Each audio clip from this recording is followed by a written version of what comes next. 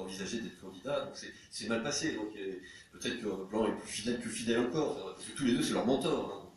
J'ai senti une gêne, j'en ai parlé avec Jean-Paul Huchon, mais alors, là aussi une gêne, il me dit ouais, puis avec Cyril, on a fait quelques réunions, on a fait 3-4 fois plus, ils nous ont fumé avec ses cigares, c'était affreux. Je vous en avais dit, c'était affreux. Vraiment, là, vraiment, il reste quelque chose entre eux, et ça fait partie du contexte. Hein, et donc là, c'est vraiment la confrontation. Hein, une confrontation très forte, Blanc disant, de toute façon, la région, ils ne veulent pas, donc ça sera contre la région. On va faire un projet contre la région. Et à l'époque, donc, la région Île-de-France, qui était très réservée sur le projet de métro ferry, donc ils avaient retravaillé un peu le projet sous une autre appellation, Arc Express. Ils disent, nous on a un projet alternatif, c'est Arc Express, et c'est aussi le plan de mobilisation. Alors là c'est important, ça c'est un élément important, parce que l'État défend le projet du Grand Paris. Hein, donc au départ, la rocade métrophérique c'est 40-60 km, et donc Blanc, le discours de Sarkozy, fondateur, avril 2009 à la Cité de l'Architecture et du Patrimoine, là tout est dit, le discours. Le plan de mobilisation qui était un plan de régénération, un plan de rénovation. C'est ce qui ne le serait pas. Pas complètement. Pas seulement. Pas complètement. Habilement, la région dira, moi je m'intéresse au transport du quotidien. Bon, c'est vrai qu'il y avait des schémas directeurs de RER, des choses de nature, on pourra rentrer dans le débat sur la question du quotidien. Mais en fait, il y avait des tangentiels, des tramways, des lignes de métro, mais c'était d'autres projets, d'autres infrastructures, avec le souci de la région, ça c'est important, d'associer la Grande Couronne. Parce que Huchon est président de la région Île-de-France, le Grand Paris c'est quand même Paris et la Petite Couronne, un peu la Grande Couronne, mais pas trop quand même. Et donc lui, il avait le souci aussi de défendre les intérêts de la Grande Couronne. Et puis bon, il n'était pas initiative non plus. Donc voilà, en politique, c'est des choses qui sont assez classiques, donc il a de fortes réserves. Donc lui, il y a Arc Express qui est au débat public, mais c'est son plan de mobilisation qu'il défend.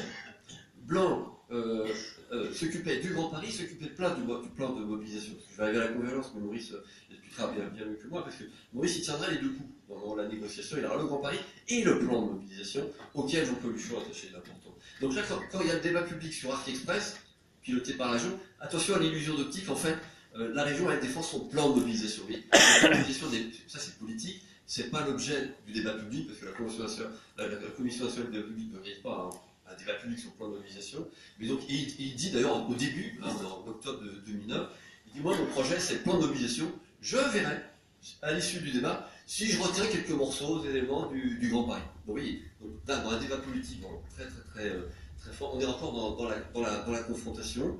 Donc, il y a l'affaire des cigares, donc il y a la démission de Christian Blanc, je l'explique dans le bouquin, et ça aussi, il me l'a confirmé, parce qu'on me l'avait dit, il avait prévu de démissionner, il n'est pas parti à cause des cigares, parce qu'il avait annoncé à Sarkozy, qui n'était pas d'accord d'ailleurs à l'époque, après qu'il voulait faire des cigares, l'affaire ça a été facilité pour son départ, mais lui il voulait partir, lui il a dit, voilà, moi j'ai fait la vision, parce que la vision, c'est l'État, là aussi, important dans le processus. Donc on a une région qui est en pilotage de la révision du schéma directeur, mais la vision pour la région capitale, c'est la région capitale, c'est pas une région d'autres régions, c'est la région capitale. L'État donne la vision. C'est le discours de Sarkozy, fondateur, le travail de Christian Blanc, donc l'État donne la vision. Et donc ça c'est un élément important, et à ce moment-là, les territoires sont assez peu impliqués, les réactions sont très politiques au départ. Maurice arrive, donc tu m'autorises à dire quelques mots sur ton implication qui sera majeure. Alors Maurice et Jean-Paul, vous ne connaissez pas, mais l'alchimie passera. Donc les attaches par le maraîcher, ça peut compter aussi.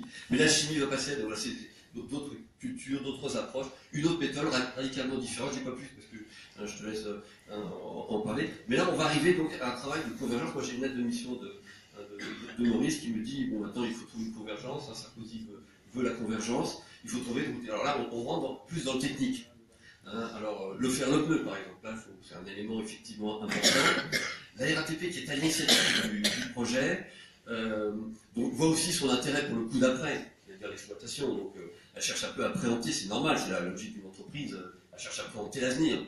Et donc, elle préconise, par exemple, plutôt une technologie pneu et un grand gabarit, c'est-à-dire qu'en fait, on fait tout autour de la ligne 14, qui va relier Henry à Roissy. Et à partir de Pleyel, à ce moment-là, il y a un tronçon commun entre Pleyel et Roissy, de la ligne verte, à l'époque, c'est pas encore des numéros. Alors donc, tronçon commun, ça veut dire que comme la ligne 14 a les petits gabarits de 1,45 m et pneus, ça emporte tout le reste du réseau.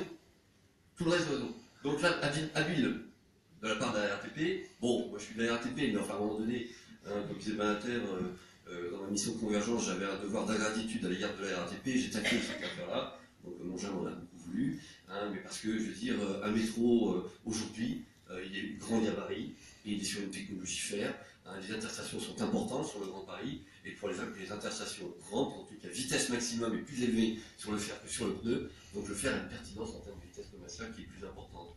Et le petit gabarit, on fait très peu de métro de petit gabarit, mais la RER c'est 2,80 m, c'est ce qui sera arrêté sous l'autorité de Maurice au final. On allait recommencer l'erreur du début du siècle dernier, où il y avait un débat, vous savez, entre la ville de Paris et puis l'État à l'époque. Et la ville de Paris ne voulait pas d'un métro, bienvenue, ne voulait pas d'un métro grand gabarit, on ne voulait pas que les trains banlieues rentrent dans Paris. Donc il y a eu un débat assez violent, et finalement c'est la ville de Paris qui a gagné. Donc aujourd'hui, les grands experts disent que c'est quand même sans doute une erreur d'avoir opté sur ce petit métro pour pas que les trains de banlieue rentrent. Donc on va faire du petit gabarit, alors que les trains de banlieue étaient de grand gabarit, et ils vont rouler à droite, alors que les trains vont à gauche. Donc ça, on est sûr qu'on n'a pas les trains de banlieue qui vont rentrer.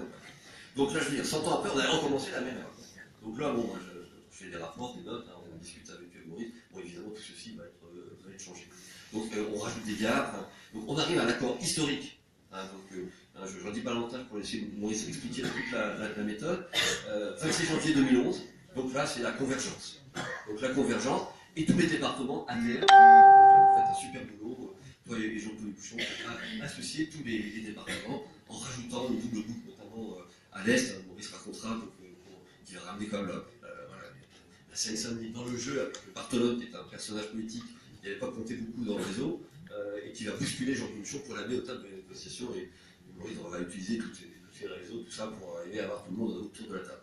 Donc, accord du 20 janvier, où là, l'accord porte sur les tracés, on a rajouté des gares. Alors, je le dis dans le bouquin, il y avait des gares, on les avait sous le coude, on sachait qu'à l'issue du débat public, on allait les rajouter. Donc on avait mieux, bien sûr d'ailleurs qu'elles soient rajoutées, on avait mis ça en 3 gares optionnelles, comme si on dit au maire, on vous propose une gare, est-ce que vous la voulez? Enfin, généralement, les maires disent, bah évidemment, je la veux.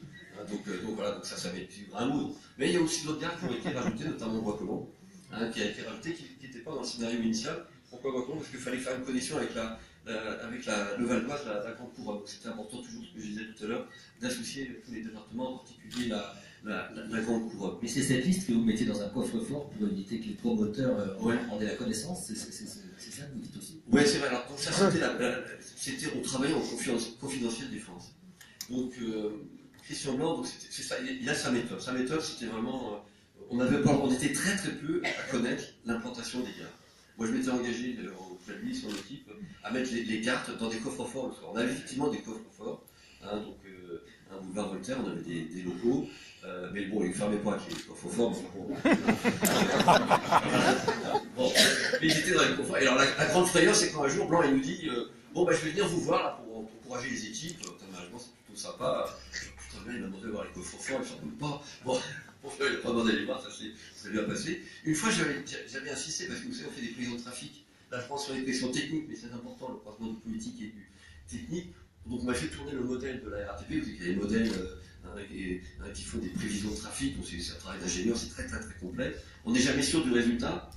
Et j'avais demandé, moi, je dis que ça serait bien qu'on fasse tourner un deuxième modèle, quand même, pour vérifier les écarts. Alors, le STIF, IDFM, maintenant, a aussi un modèle, mais comme on ne se parlait pas, donc on ne pouvait pas demander au STIF de valider les hypothèses de trafic qui allaient figurer dans le dossier de débat public.